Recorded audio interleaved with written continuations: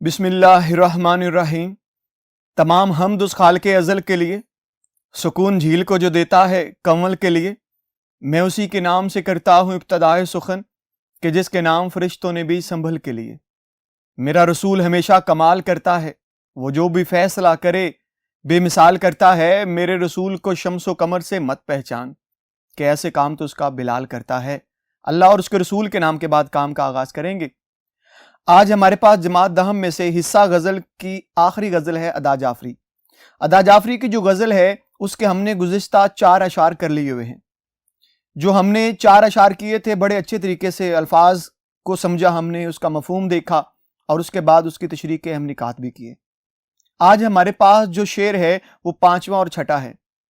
आज हम उसी रिवायत को बरकरार रखते हुए अल्फाज के मायने देखेंगे, उस शेर का मफहूम देखेंगे और उसके बाद तशरीह के हम निकात की बात करेंगे। तो आइए बढ़ते हैं बोर्ड की जानिब और उन्हें पढ़ते हैं।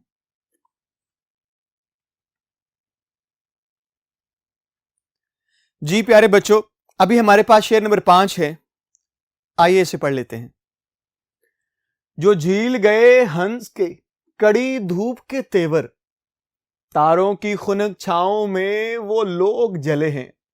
इसका मफहूम देखिएगा, वो लोग जो इंतहा की सख्त धूप में भी चलते रहे और उसे बर्दाश्त करते रहे, थके नहीं हैं।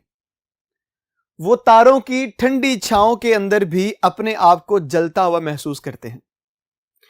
ये इसके अल्फाज हैं और ये इसके मायने हैं। झील गए, बर्दाश्त कर गए, कड़ी धूप, सख्त धूप, तेवर, अंदाज, खुनक कहते हैं ठंडी को। अब देखिएगा हमारे पास तशरीह के हम निकात हैं। शायर का महबूब से बहुत सी तवक्कुआत करना। सबसे पहली बात तो यह है कि जब बात आ जाती है इश्क की, जब बात आ जाती है मोहब्बत की और प्यार की, तो ये एक लतीफ जज्बा तो है, ये खूबसूरत जज्बा तो है, लेकिन इस जज्बे के अंदर तकालीफ का जो एक अंबार है वो बहुत ज्यादा है। शायर हो या कोई भी आशिक, जब वो इश्क करता है तो अपने महबूब के साथ उसका एक खास वालिहाना इश्क जो आहिस्ता आहिस्ता परवान चढ़ रहा होता है, वो उसके लिए तकालीफ बढ़ाता है। पहली फुर्सत में ही आशिक दिल दे बैठता है महबूब को और फिर उससे पहली ही फुर्सत में कई उम्मीदें भी लगा बैठता है, कई तवक्कुआत भी उससे जोड़ लेता है। लेकिन गालिब ने इस तवक्को को यूं बयान किया है, जब तवक्को ही उठ गई गालिब, क्यों किसी का गिला करे कोई। तो जब तवक्को भी उठ जाती है तो तब भी गिला करने तो बाकी बचता नहीं है। लेकिन यहां पे सिलसिला तवक्को का हद से बढ़ता दिखाई देता है। तवक्कुआत बहुत सारी हैं, इसलिए शायर यहां पे बताना चाहते हैं कि मुझे अपने महबूब के साथ इतनी तवक्कुआत हैं। वो तवक्कुआत हैं क्या? वो मुझे मिल जाए, दीदार हो जाए उसका, वो मुझसे तकल्लुम करे, वो मुझसे कहीं बातचीत का सिलसिला बढ़ाए, वो मेरे करीब रहे, मैं उसकी जुल्फों के साए में रहूं। ये खास अंदाज है, एक खास कोशिश है आशिक की यहां पे। लेकिन यहां पे क्योंकि जो शायरा है वो बताना चाहती हैं कि अब मुझे बेशुमार तवक्कुआत थी अपने महबूब के साथ, लेकिन तमाम तवक्कुआत मेरी पूरी नहीं हुई हैं, अब वो टूटती जा रही हैं, बिखरती जा रही हैं। आइए मजीद आगे बढ़ते हैं और इस तशरीह के अहम निकात को पढ़ते हैं। जी प्यारे बच्चों, अभी हमारे पास दूसरा नुक्ता है, उस नुक्ते को पढ़ लेते हैं। शायरा की जिंदगी में अजीब कशमकश। यहां पे शायरा एक तलख हकीकत से पर्दा उठाती हैं। वो जब इश्क की तनाबें खींची जाती हैं, जब इश्क बेचैनियां बढ़ाता है, जब इश्क बेकरारियों को और तवील कर देता है, तो खास करके आशिक की जो बेचैनियां हैं वो उसके लिए अजाब बन जाती हैं। अब यहां पे शायरा भी उन्हीं मामलात को बयान करती दिखाई देती हैं। अदा जाफरी बताना चाहती हैं कि अब इश्क में जब से कदम रखा है तो सुकून गारत हो गया है, अब सुकून नहीं है, अब बेकरारियां ही बेकरारियां हैं, जिधर देखें वीरानियां दिखाई देती हैं, दिल उदास रहता है।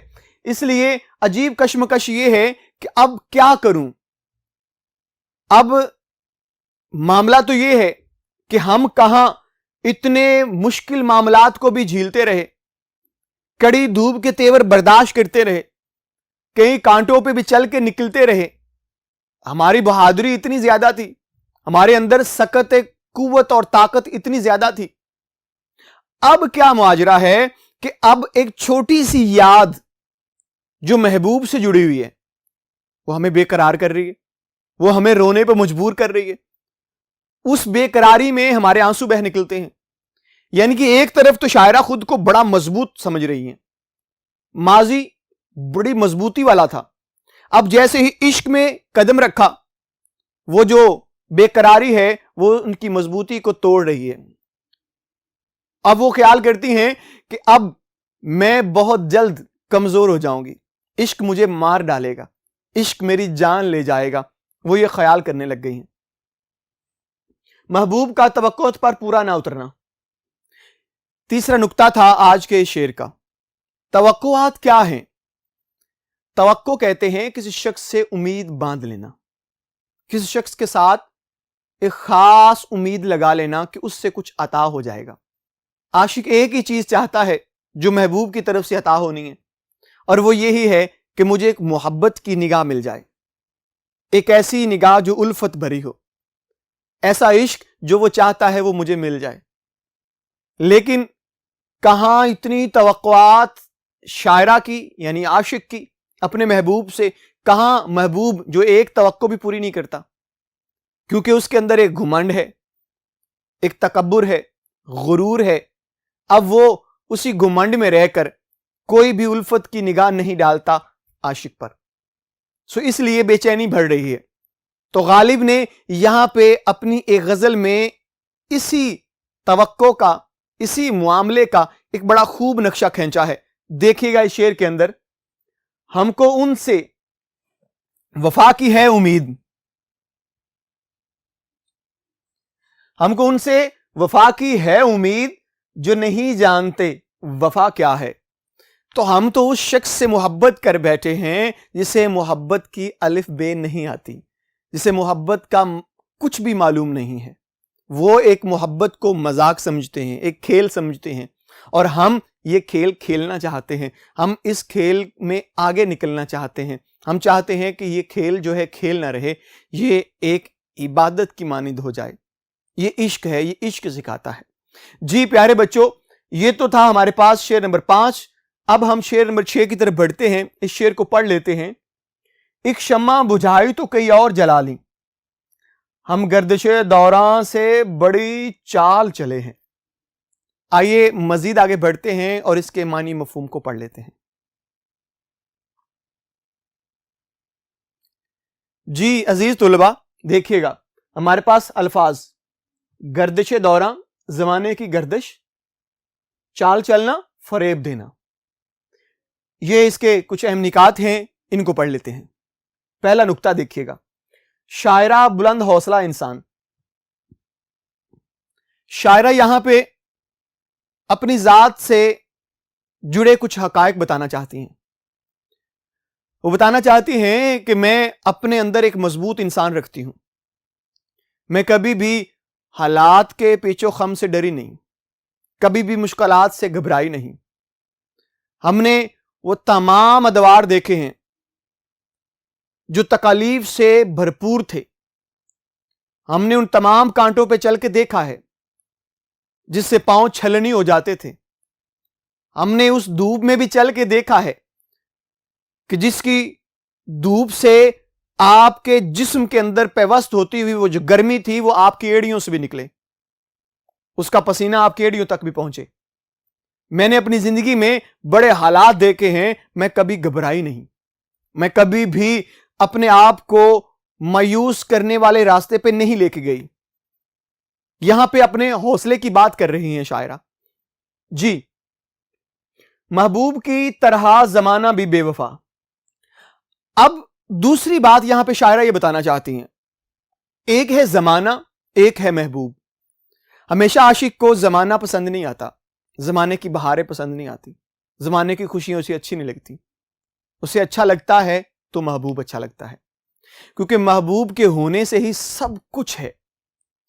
محبوب ناراض ہے، دنیا کی ساری رنگینیاں بے رنگ نظر آتی ہیں، اور اگر آپ کا محبوب خوش ہے آپ سے تو آپ کو دنیا کی جو بے رنگی ہے وہ بھی رنگ میں رنگی ہوئی نظر آتی ہے۔ یہاں پہ شاعرہ یہ بتانا چاہتی ہیں کہ میرا جو محبوب ہے وہ بے وفا تھا ہی، چلیں مان لیتے ہیں، لیکن جو زمانہ ہے وہ بھی با وفا نہیں ہے، وہ بھی بے وفائی کی حدوں کو پار کر رہا ہے۔ ادھر محبوب بے وفائی کرتا ہے، ادھر زمانہ بے وفائی کرتا ہے، یعنی کہ دنیا والے اب وفا کرنا بھول گئے۔ ادا جعفری وفا لیے پھرتی ہیں کہ وفا کا بدلہ وفا سے ملے، لیکن جدھر بھی جاتی ہیں جفا لیے کھڑے ہیں لوگ، فریب لیے کھڑے ہیں لوگ۔ دھوکہ اور فریب اور مکاری جو ہے وہ لوگوں کے پاس موجود ہے، وفا کوئی نہیں کرتا۔ اس لیے شاعرہ یہاں پہ بے چین ہے اور زمانے کو بے وفا کہنے کے لیے مجبور ہیں۔ ایک شعر ہے جو اسی نقشے کو کھینچتا ہوا دکھائی دیتا ہے۔ اپنا شیوا ہے اندھیروں میں جلاتے ہیں چراغ، ان کی حسرت ہے زمانے میں یوں ہی رات رہے۔ یعنی کہ وہ ہمیشہ اپنا مفاد دیکھتے ہیں، چاہے محبوب ہو یا زمانہ ہو، وہ اپنے مفاد کو لے کے چلتے ہیں۔ لیکن یہاں پہ ہم یہ چاہتے ہیں، یعنی شاعرہ یہ چاہتی ہے کہ ہم نے ہمیشہ روشنی کرنی ہے، ہم ہاتھ میں دیے لیے چلتے ہیں، ہمارے ہاتھ میں مشعل ہے جو ہم اندھیروں کی طرف لے کے جا رہے ہیں، لیکن وہ تو چاہتے ہیں کہ یوں ہی اندھیرا رہے، یوں ہی بے قراری رہے، لیکن ہم ایسا نہیں چاہتے۔ اس کے بعد آخری نقطہ ہے کامیابی کے نئے راستے دریافت کرنا۔ ایک چھوٹا سا نقطہ یہاں پہ اس نقطے کے اندر ملتا ہے، ایک راز کی بات جو شاعرہ یہاں پہ بتانا چاہتی ہیں۔ یعنی ایک تو ہم نے محبوب کی اور زمانے کی بات کی، دوسرا نقطہ یہ ہو سکتا ہے کہ انسان جب اپنے اندر سے جذبہ نکالتا ہے، جنون کو اجاگر کرتا ہے، تو اس کے سامنے کئی راہیں کھلتی چلی جاتی ہیں، کئی رستے بنتے چلے جاتے ہیں، کہاں منزل اس سے دور تھی، کہاں منزل قریب آتی جاتی ہے۔ انسان جب اپنے اندر کے انسان کو جگا لیتا ہے، اپنے اندر کے انسان سے بات کرنے لگ جاتا ہے، اس سے گفتگو کرنے لگ جاتا ہے اور اسے سمجھا کے اس راہ پہ لے جاتا ہے جو راہ آپ کو آپ کی منزل کی طرف لے جاتی ہے، تو پھر قریب ہے کہ غم آئیں، تکلیفیں آئیں، لیکن ان سے ڈرتا نہیں ہے، پھر وہ آگے بڑھتا رہتا ہے۔ تو ہمت انسان کو کرتے رہنا چاہیے، وہ حالات جیسے بھی ہوں، پریشانی جیسی بھی ہوں، وہ ختم ہو جاتی ہیں، مٹ جاتی ہیں، بادل غم کے بھی آ جائیں چھٹ جاتے ہیں، طوفان اور آندھیوں کے رخ بدل جاتے ہیں، لیکن ان تمام رخ کو بدلنے کے لیے آپ کے اندر کا حوصلہ زندہ ہونا چاہیے۔ آپ کے تمام معاملات جو بگڑتے دکھائی دے رہے ہیں وہ سدھر جائیں گے۔ صرف کیا کیجئے، اپنے ضمیر کو پختہ رکھیے، ارادوں کو مضبوط رکھیے، پھر دیکھیے گے کہ آپ چاند ستاروں کو بھی اپنے ان پاؤں میں روندتے چلے جائیں گے۔ تو اس لیے شاعرہ یہ بتانا چاہتی ہیں کہ کامیابیوں کے نئے راستے دریافت کرنا یہ میری فطرت بن گئی۔ میں ہمیشہ یہ خواہش کرتی رہی ہوں کہ اب مجھے آگے بڑھنا ہے۔ میں دنیا کو چھوڑ گئی، دنیا کے معاملات کو چھوڑ دیا، محبوب کو چھوڑ دیا، اب میں چاہتی ہوں کہ اپنی منزل کو حاصل کروں، زندگی کے اندر اپنی زندگی کو خوبصورت بناؤں، اپنے معاملات کو درست کروں۔ تو اب شاعرہ ایک پر امید جذبہ لیے، ایک ایسا جذبہ جو امیدوں سے بھرا ہوا ہے، اس کو لے کے وہ چل پڑی ہیں اور وہ خیال کرتی ہیں کہ اب میں منزل پہ پہنچ جاؤں گی، اب مجھے دنیا والوں کا ڈر نہیں ہے، دنیا والوں کے غموں کی پرواہ نہیں ہے، مجھے خود کو سنوارنا ہے اور اپنی منزل تک پہنچانا ہے۔ جی پیارے بچوں، یہ آج کے 2 اشعار تھے، شعر نمبر 5 اور شعر نمبر 6۔ ہم نے ان کے مفہوم کو پڑھا، ان کے الفاظ معنی کو پڑھا اور اس کے بعد ان کی تشریح کے ہم نکات کیے۔ انشاءاللہ اگلے لیکچر میں ہم نے اسی غزل کی مشق کو پڑھنا ہے۔ میں امید کرتا ہوں آپ کو یہ لیکچر اچھی طرح سے سمجھ آیا ہوگا، آپ نے اس کو ازبر بھی کر لیا ہوگا۔ انشاءاللہ اگلے لیکچر میں آپ سے پھر ملاقات ہوگی، تب تک کے لیے مجھے اجازت دیجیے۔ اللہ حافظ۔